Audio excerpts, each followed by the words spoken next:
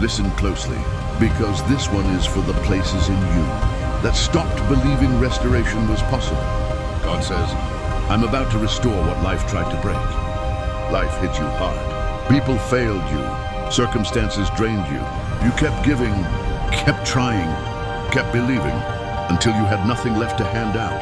But God says, I saw every moment that weakened you, and I'm stepping in to strengthen you. The parts of you that felt shattered, the dreams that felt stolen, the confidence that felt stripped away.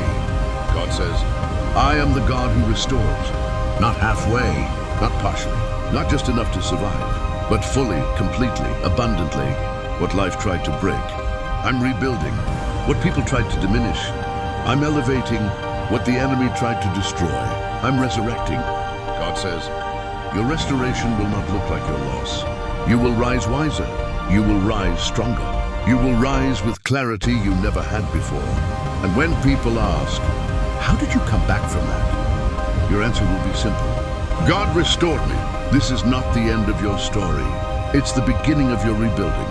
God says, I'm about to restore what life tried to break, and you will not recognize the you that emerges.